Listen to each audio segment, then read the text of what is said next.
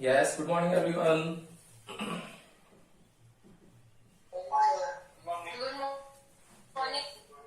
Good morning बेटा, good morning. हमारा chapter चल रहा था, chapter number 7, alternating current AC. इस चैप्टर में मैंने आप लोगों को फर्स्ट क्लास जो थी, फर्स्ट पार्ट जो था इसका, उसमें मैंने आप लोगों को बेसिक क्लासेस के बारे में बताया था कि बेसिक क्या क्या है इस चैप्टर का। तो डीसी और एसी में क्या फर्क है, फर्स्ट मैंने ये बताया था डायरेक्ट करंट और अल्टरनेटिंग करंट में क्या फर्क होता है। सेकंड मैंने आप लोगों को बताया था कि डायरेक्ट करंट में वोल्टेज जो है वो बैटरी की हेल्प से लिखते हैं और अल्टरनेटिंग करंट में साइनोसॉइडल वेव का सिंबल होता है और वहां पर साइन और कॉस की वैल्यू आती है, v equals to we naught sine omega t या v equals to we naught cos omega t, जो पीरियोडिक फंक्शन है ना। देन उसके बाद हम लोगों ने देखा था कि डिफाइंस क्या क्या होती है। तो फेज एंगल की डिफाइन क्या होती है, टाइम पीरियड की डिफाइन क्या होती है, फ्रीक्वेंसी की डिफाइन क्या है, एम्पलीट्यूड की क्या है, ये सारी वैल्यूज देख रखी है हम लोगों ने।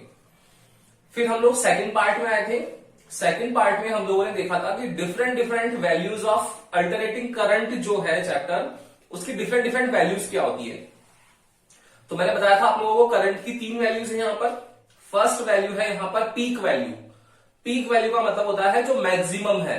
मैक्सिमम क्या होगा, I equals to I not sine omega T में आई नॉट। सेकेंड निकाला था हम लोगों ने root mean square. Root mean square RMS value थी और आई आरएमएस का हम लोगों ने एक लंबा सा डेरिवेशन किया था और उसकी वैल्यू निकाली थी I not by under root 2। Clear है। वही सेम हम लोग वोल्टेज वी आरएमएस के लिख सकते हैं, v naught by under root 2, और ई आरएमएस लिख सकते हैं E naught by under root 2। और आज थर्ड बच गया है एवरेज, तो हम लोग उसी का डेरिवेशन करते हैं आज। थर्ड बचा हुआ है करंट के अंदर एवरेज वैल्यू ऑफ करंट। इसको डिनोट करते हैं हम लोग आई एवरेज से। ओके, क्या होगा ये देखने वाली बात क्या है कि साइनोसॉइडल वेव है, उसका अगर हम लोगों को एवरेज वैल्यू निकालनी है तो कैसे फाइंड आउट कर सकते हैं कि ये साइनोसॉइडल वेव है। इसका ये वैल्यू जो है वो कौन सी वैल्यू है, पीक वैल्यू, जिसको डिनोट करते हैं हम लोग किससे, आई नॉट से। ये माइनस आई नॉट हो जाएगा, नेगेटिव हाफ में है इसलिए। एंड देन उसकी डिफरेंट डिफरेंट वैल्यूज, ये वाली, ये i1 है, ये i2 है, देन ये i3 है, चलती जाएगी कहां तक, अप टू in तक। और ये टाइम के साथ वेरी करता जाएगा। यहां पर करंट ले लो। तो मुझे ये बताओ कि एवरेज क्या होता है। दिमाग में क्या आएगा एवरेज। एवरेज होता है कि सर टोटल जितने भी हैं वैल्यूज उन सबको सम कर लो upon total number of observation ले लो। यही तो पढ़ते हैं एवरेज। तो आपको यहां पर बेसिकली दिख रहा होगा कि ये फर्स्ट पॉजिटिव हाफ है प्लस का, सेकंड नेगेटिव हाफ है माइनस का। मतलब जितनी वैल्यूज प्लस में आई होगी सेम उतनी ही वैल्यूज माइनस में भी आई होगी और प्लस और माइनस मिलकर के 0 हो गया होगा। दैट मीन्स जो अल्टरनेटिंग करंट है उसकी एवरेज वैल्यू जो होती होगी वो कहीं ना कहीं 0 होती होगी, लेकिन फिर भी वैल्यू निकालनी है तो क्या करना चाहिए। तो आपके माइंड में आएगा कि सर पॉजिटिव की वैल्यू निकाल लो, उतनी ही पॉजिटिव की वैल्यू नेगेटिव में भी होगी, तभी तो 0 हो रहा होगा। तो जितना प्लस का आंसर आएगा उतना माइनस का आएगा, दोनों का आंसर सम करते ही 0 आ जाएगा। तो क्यों ना हम लोग पूरी कैलकुलेशन करें, इसकी वजह से इसको हटा करके केवल एक हाफ की ही कैलकुलेशन कर लें ताकि हमारा काम हो जाए। ठीक है ना।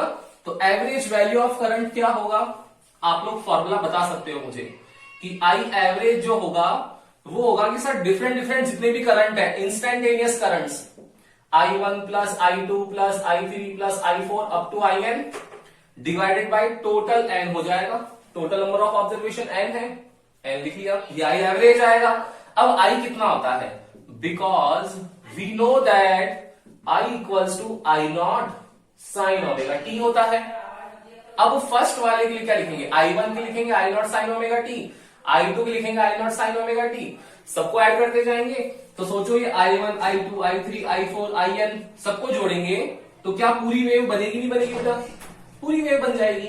तो क्या आ जाएगा, जैसे एवरेज लिख रहे हैं वैसे आरएमएस में लिख चुके हैं हम लोग। बताओ इन सब का सम मुझे क्या करना चाहिए, सबका सम निकालना है तो इंटीग्रेशन कर दूं एक ही बार, और टोटल सबका सम किसके इक्वल है, आई के, ये आई लिख दिया। ये आई चेंज कहां हो रहा है, कहां चेंज हो रहा है, 0 to 2 पाई के बीच में, और 0 to 2 पाई क्या है, एंगुलर डिस्प्लेसमेंट। तो स्मॉल अमाउंट कितना होगा उसका, डी थीटा, और इस डी थीटा की लिमिट कहां से चल रही है, फ्रॉम दी 0 to 2 पाई, ये 0 to 2 पाई। क्या लिख सकते हैं इसकी जगह, क्या समझ में आएगा आप लोगों को, यस और नो? Yes sir. क्लियर है ना? अब देखो, अब एन की बारी, कि एन क्या है। ये एन भी कहां चेंज हो रहा है बेटा, सारे का सारा यही चेंज हो रहा है 0 to 2 पाई के बीच में। मतलब क्या है, ये एंगुलर डिस्प्लेसमेंट है। तो अगर मुझे एन की वैल्यू लिखनी है तो ये 1 डॉट डी थीटा लिख सकते हैं। वही सेम कहानी फ्रॉम 0 to 2 पाई, ये देखो लिख दिया। अब दोनों की पूरी ओवरऑल वैल्यू, ये पूरी ओवरऑल वैल्यू क्या आएगी, 0 आएगी, आएगी क्योंकि एवरेज जो होगा टोटल 0 होगा। इंडिविजुअल वैल्यू निकालने तो क्या करना चाहिए, इंडिविजुअल करो उसको, देखना। तो आप लोगों ने, मैथमेटिक्स वालों ने सबने एप्लीकेशंस पढ़ रखी है, एप्लीकेशन ऑफ इंटीग्रेशन, उसमें आप लोग ब्रेक कर सकते हो। कैसे करेंगे इसको ब्रेक, देखना, उसी अकॉर्डिंग कर रहा हूं मैं। 0 to पाई, ये 0 to 2 पाई है तो टोटल हाफ कितना है इसका, पाई। तो 0 to पाई के बीच में I dot D theta plus, अब नेगेटिव हाफ बच गया, उसकी वैल्यू क्या है, from pi to 2 pi I dot D theta divided by, फिर सेम कहानी, ये भी एन भी क्या होगा, पाई तक क्या आएगा। तो 0 to pi 1 dot D theta plus pi to 2 pi 1 dot D theta. क्या ये समझ में आएगा आप लोगों को? ये वाला जो है पूरा का पूरा, ये फर्स्ट हाफ हो गया मेरा, और ये जो पूरा है मेरा, ये मेरा सेकंड हाफ हो गया। बताओ क्लियर है ना? तो जितनी वैल्यू फर्स्ट हाफ की आएगी उतनी की उतनी सेकंड हाफ की आएगी, बस फर्क होगा प्लस और माइनस का। क्यों ना हम लोग एक किसी भी हाफ की वैल्यू निकाल लें, वही आंसर आ जाएगा। तो ये एवरेज वैल्यू होगी। एक बार ले लो इसका स्क्रीनशॉट, फिर इसका आगे डेरिवेशन करते हैं। एक बार इसका पार्ट लेकर के वैल्यू निकालते हैं कि जैसे आरएमएस में आई नॉट बाई √2 आया था 0.707 आई आरएमएस, वो यहां पर कितना आता है, ले लिया स्क्रीनशॉट, करें स्टार्ट। अब देखो इसकी वैल्यू निकालते हैं। तो अब इसकी वैल्यू निकालनी है हम लोगों को, तो कितनी आती है वैल्यू देखो। सबसे पहले हम लोग फर्स्ट हाफ ले लेते हैं। तो फॉर फर्स्ट हाफ में आई एवरेज कितना है, from 0 to pi I dot D theta upon 0 to pi 1 dot D theta. I की वैल्यू क्या लिखी थी हम लोगों ने, आई की वैल्यू क्या लिखी थी, 0 to पाई, आई कितना होता है instantaneous, I not sine omega t, और ओमेगा टी को हम लोग थीटा लिखते हुए आए थे। तो D theta upon 0 to pi 1 dot D theta. ये आई नॉट पीक वैल्यू है, और पीक जो होता है मैक्सिमम होता है हमेशा कांस्टेंट होता है, बाहर ले रहे इसको इंटीग्रेशन से। तो I average equals to I naught from 0 to pi sine theta d theta upon 0 to pi 1 dot D theta. अब इंटीग्रेशन ऑफ साइन थीटा कितना होता है, इंटीग्रेशन ऑफ साइन थीटा बताइए आप लोगों को, माइनस कॉस थीटा। तो I average equals to integration of sine theta, cos theta होगा, माइनस बाहर ले लिया मैंने, ये कॉस थीटा आ गया from 0 to pi divided by 1 dot D theta कितना होगा, थीटा फ्रॉम 0 to पाई। लिखो वैल्यूज, कितनी आ जाएगी वैल्यूज इसके, देखो अगर हम लोग इसकी वैल्यू लिखें तो आई एवरेज आ जाएगा माइनस आई नॉट, ये minus I naught, higher limit lower limit, तो अपर लिमिट है इसकी cos pi minus cos 0 divided by pi minus 0, ये पाई माइनस 0।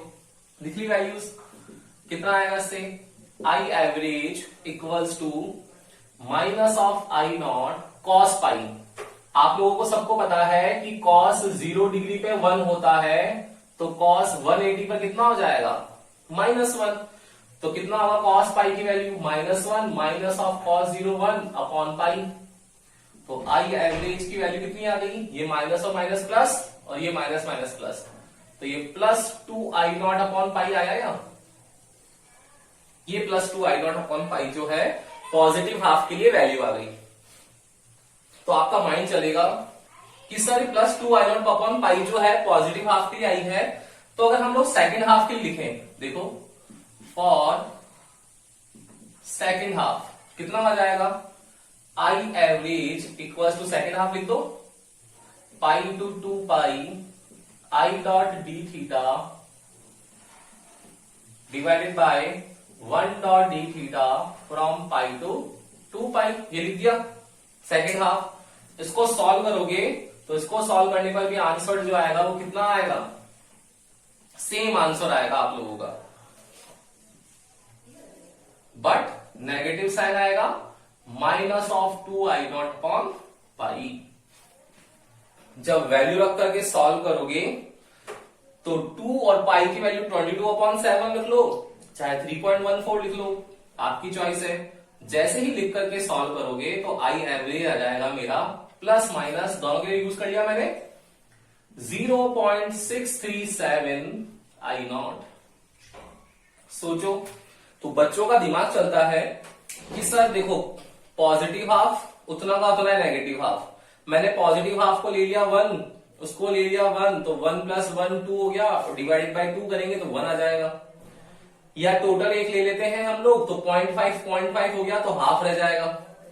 तो आंसर सर 0.5 आना चाहिए था, लेकिन यहां पर वो कहानी आती है for the direct values, direct current के लिए। ये अल्टरनेटिंग करंट है जो अपनी फेज की वैल्यू चेंज करता है, तो याद रखना यहां एवरेज 0.5 नहीं 0.6 समथिंग आता है। क्लियर है ना? तो अब बताओ सबसे बड़ा करंट कौन सा हुआ, इन दोनों में से बड़ा कौन हुआ, आई एवरेज या आई नॉट, आई नॉट। क्यों?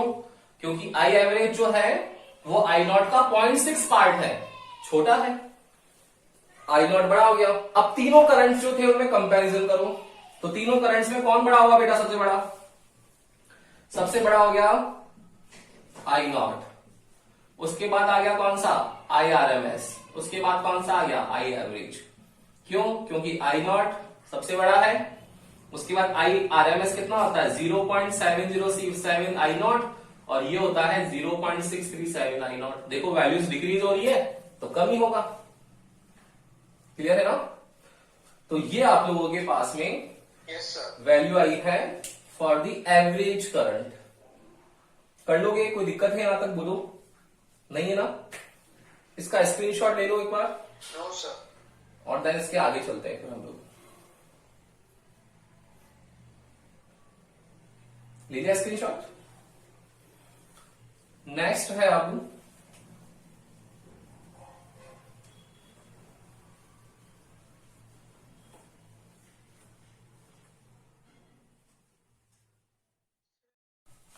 तो अपने पास वैल्यू क्या क्या आ गई। अगर हम लोग इसको साइनसोइडल वेव के अंदर डिनोट करें तो साइनसोइडल वेव में कैसे डिनोट कर सकते हैं बेटा, ये वाली वैल्यूज क्या होगी, आई नॉट, पीक वैल्यू जो है माइनस आई नॉट। इस टोटल वैल्यू को अगर मैं यहां पर 1 ले रहा हूं तो 1 का 0.7 कहां होगा, ये रहा, मतलब ये 0.7 वाली जो वैल्यूज होगी, दो वैल्यूज आएगी। देखो पीक तो एक ही होता है, मैक्सिमम हमेशा एक ही है। अब पीक पर जो दो वैल्यू आई है, ये वैल्यू किसकी है, आरएमएस की, आई आरएमएस की, और 0.6 कहां होगा, यहां होगा, तो इसकी भी दो वैल्यूज आएगी, ये दो वैल्यूज, ये वाली, और ये वैल्यूज किसकी होगी, आई एवरेज की, और ये मिड पॉइंट हो जाएगा इसका जो 0.5 है। ठीक है ना? तो peak value, RMS value, average value, इस तरीके से डिनोट कर सकते हैं हम लोग on the AC curve, sinusoidal curve पे। ठीक है ना? क्लियर है? चले आगे। तो अब हम लोगों ने करंट पढ़ा है, इसी के साथ हम लोग वोल्टेज के लिए लिख सकते हैं। अगर आप लोगों को वी एवरेज लिखना है तो जैसे हम लोगों ने वी आरएमएस लिखा था वैसे ही लिख सकते हैं। तो क्या आ जाएगा बेटा, plus minus 2 V naught peak value upon pi. देखो किसी को लिखना है ईएमएफ की वैल्यू फॉर द एवरेज, तो कितना आ जाएगा, plus minus 2 E0 upon pi. देखो, और टोटल एवरेज वैल्यू है तब तो 0 लगा दो। टोटल की बात करता है 0, अगर पॉजिटिव हाफ नेगेटिव हाफ ले तो सिंगल लिख दो, कोई दिक्कत नहीं होगी। ठीक है ना, तो क्लियर है, ये ले लो उसका स्क्रीनशॉट एक बार इसका भी। और इसके आगे अब हम लोग जितना भी पढ़ा है उसका एप्लीकेशन है उनमें अप्लाई करते हैं एक बार।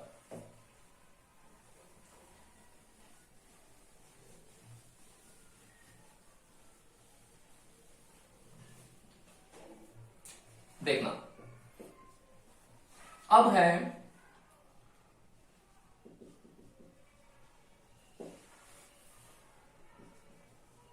different values of V and I for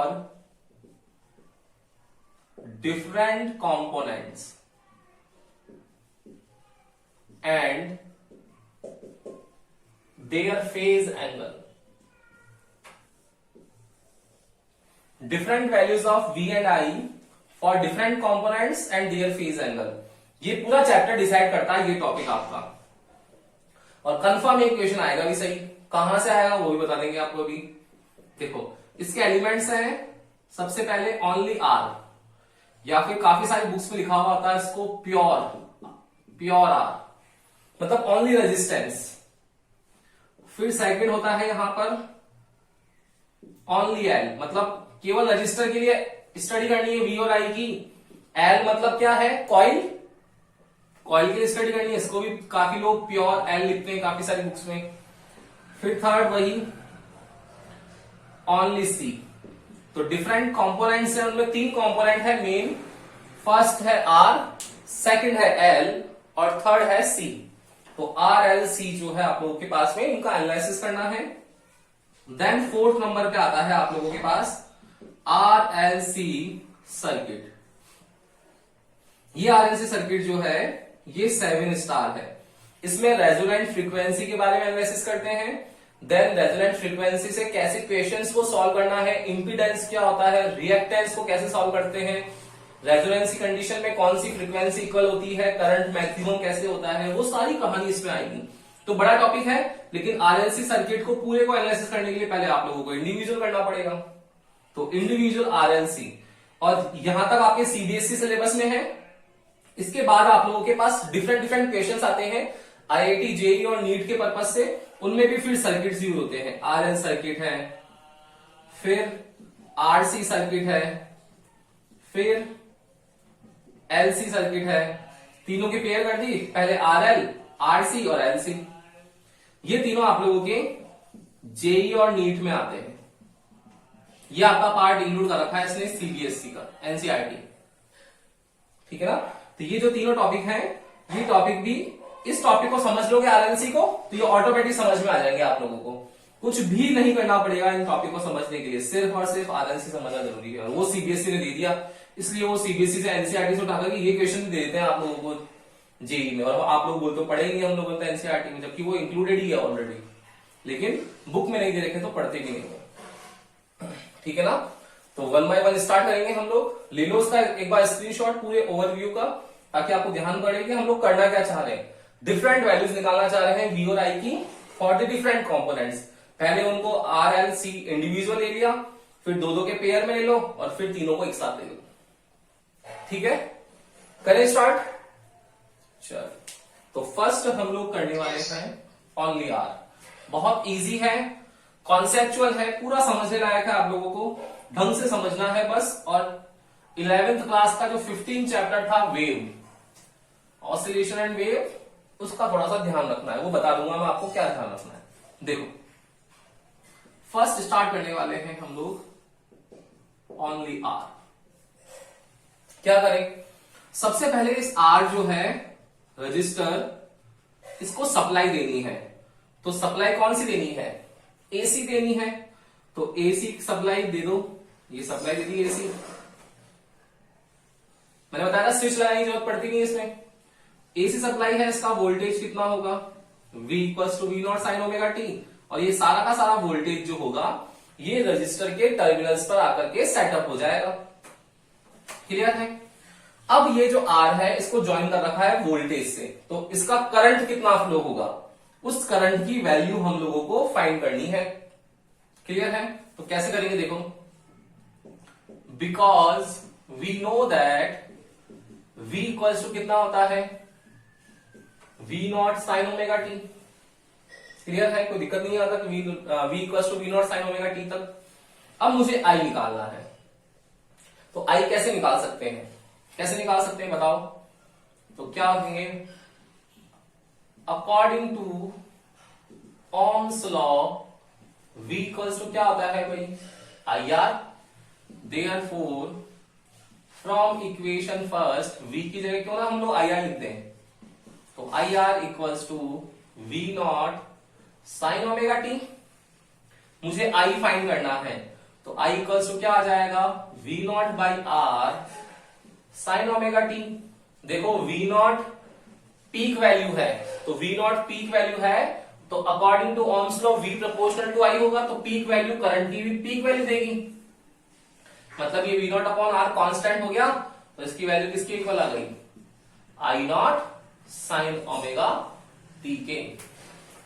मतलब जो V है V equals to we naught sine omega t, उतना ही I equals to I naught sine omega t भी है। क्लियर। दूसरी चीज हम लोग पढ़ा करते थे 11th क्लास में कि y equals to a sine omega t plus phi होता था।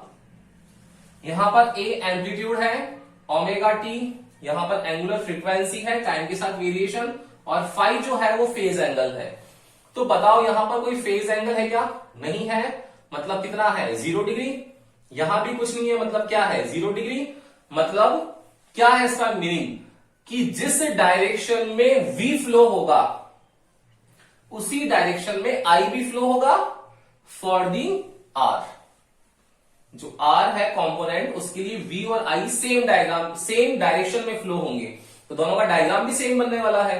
क्या बनेगा, सेकंड है, ये फर्स्ट है इसका पोर्शन, सेकंड पोर्शन आता है इसमें जिसमें आप लोगों को इसका डायग्राम बनाना होता है, VI कर्व। तो VI कर्व कैसे बनेगा बताओ, ये VI कर्व बनाना है हम लोगों को, तो ये VI कर्व बन गया। ये इस तरीके से कहां से स्टार्ट हुआ है, V 0 डिग्री से, ये 0 से स्टार्ट हुआ है, पाई से पास होगा और कंप्लीट 2 पाई पर हो जाएगा।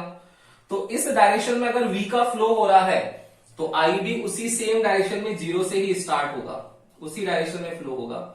जिस तरफ V है उसी तरफ I है, V और I सेम फ्लो होंगे। और थर्ड चीज आती है यहां पर इसका फेजर डायग्राम।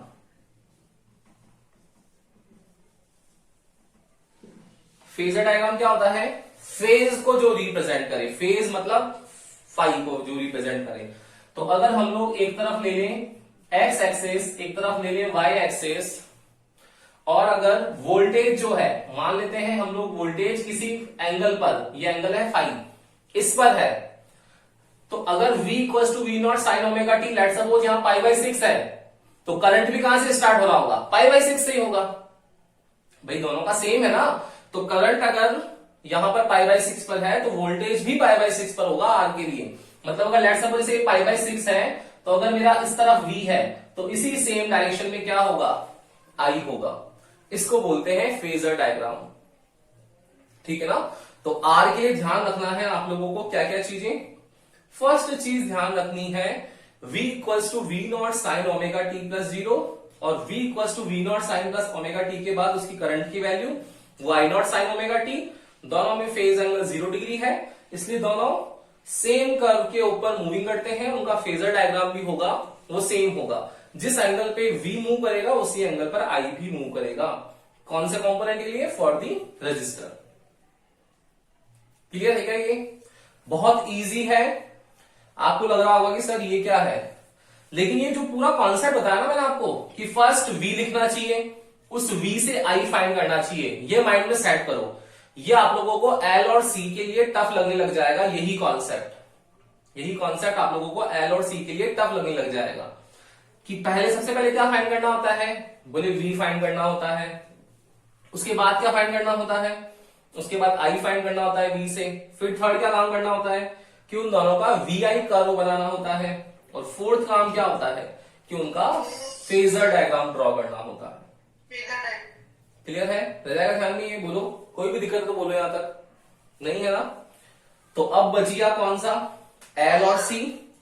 वो एल और सी साथ करेंगे क्योंकि उनमें पाई बाई 2 का, जैसे यहां पर 0 डिग्री है ना, वैसे वहां पर पाई बाई 2 का डिफरेंस आएगा, वो एल और सी के लिए आएगा। तो पाई बाई 2 का डिफरेंस आते ही इंपॉर्टेंट हो जाएगा, और 11th क्लास का कुछ बेसिक है वो आप लोगों को सीखना पड़ेगा। तो कल की क्लास बहुत इंपॉर्टेंट है, कल और परसों की दोनों क्लासेस सबको अटेंड करनी है। एल और कल हम लोग करेंगे एल और सी के लिए, नेक्स्ट डे करेंगे हम लोग आरएलसी सर्किट। वहां से कंफर्म क्वेश्चन एग्जाम में आएगा ही आएगा आपके, ये मान के चलना। तो आने वाली 2 क्लासेस इंपॉर्टेंट है, और 5 मार्क्स का क्वेश्चन आता है। 5 मार्क्स का क्वेश्चन छोटा क्वेश्चन नहीं होता है। लॉन्ग आंसर क्वेश्चंस में आप लोगों के 5 नंबर बहुत इजीली आ जाएंगे अगर कॉन्सेप्ट सीख जाओगे तो, ठीक है ना? तो आज हम लोगों ने एवरेज वैल्यू ऑफ करंट और रेजिस्टेंस के लिए कैलकुलेशन सीखी है। कल हम लोग एल और सी करने वाले हैं। ओके, पढ़ना इसको, जहां डाउट आए पूछना। Okay, good day.